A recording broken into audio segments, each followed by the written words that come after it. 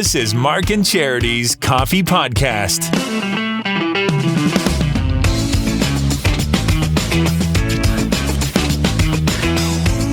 It's Mark and Charity Coffee Podcast, Wednesday, January the 18th today.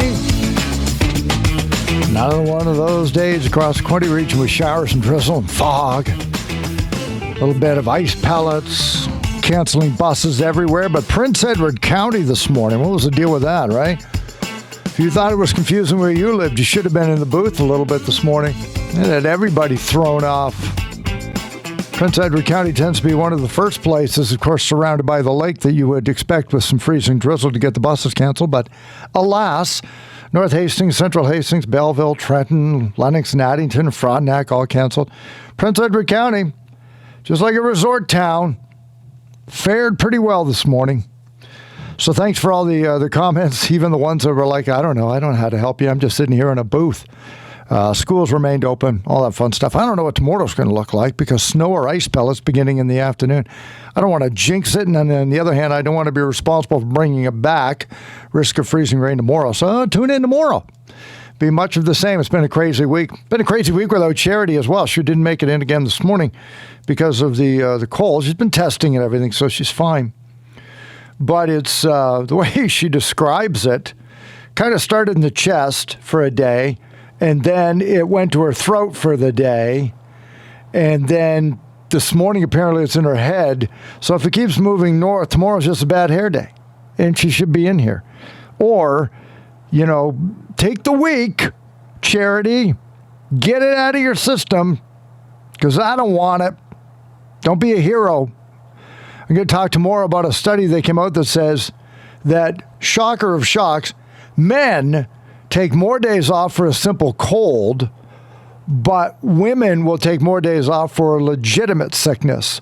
So guys, we'll take it off if we have a hacking cough, but if we're walking around with tuberculosis, we want to be a hero.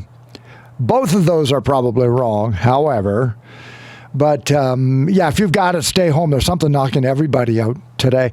I was talking with Lori Cahouette of the great city of Quinte West. She's the engagement officer and looks after a lot of community events because coming up is an awareness walk to combat homelessness in Quinte West that will involve stopping at 5 agencies that assist homeless with their programs. And it's going to take about 3 hours. It only goes about 2 kilometers. And it isn't just a fundraiser. It's a fund and awareness raiser. It's Sunday, February 12th, Super Bowl Sunday. But it runs from 1 till 4, so you're home plenty of time for the game. And Lori explained what it is you're going to find and learn on your walk. So this is an event organized by the Quinte West Community Task Force. So this is a fairly new group. It's a subcommittee under our Housing Action Table, a collection of agencies that serve the vulnerable residents in our community. They've collaborated so far on a few projects, including our community cover and our In Their Shoes panel discussion in October.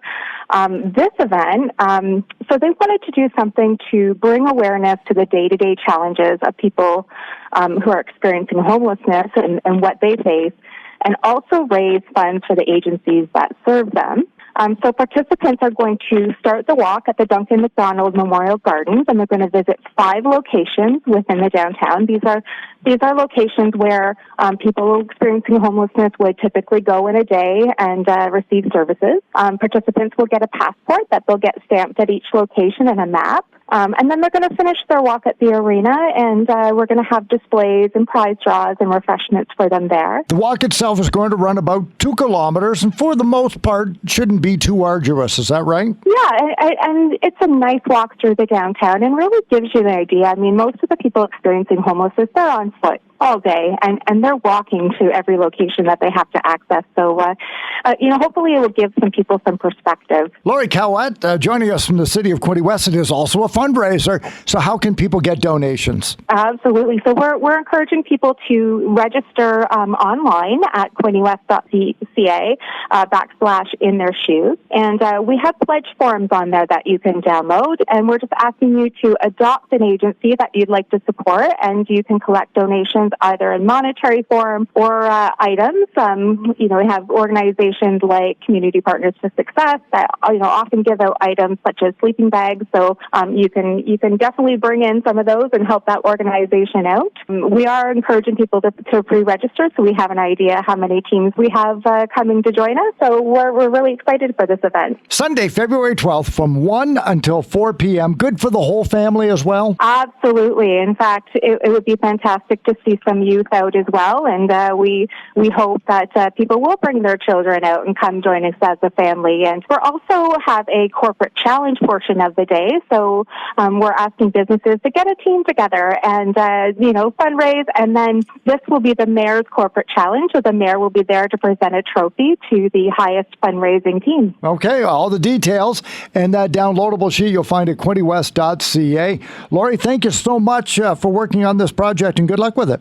Thank you so much. We appreciate it, and we hope people will come out. Lots of people will go out. Register so they know how many at quintywest.ca/ start typing in their shoes. The page will come up with all the details. Organizations, again, that you can choose which one you would like to see get the money, as well as your downloadable donation sheet, pledge sheet. You can take it to work. You can email it out to your friends.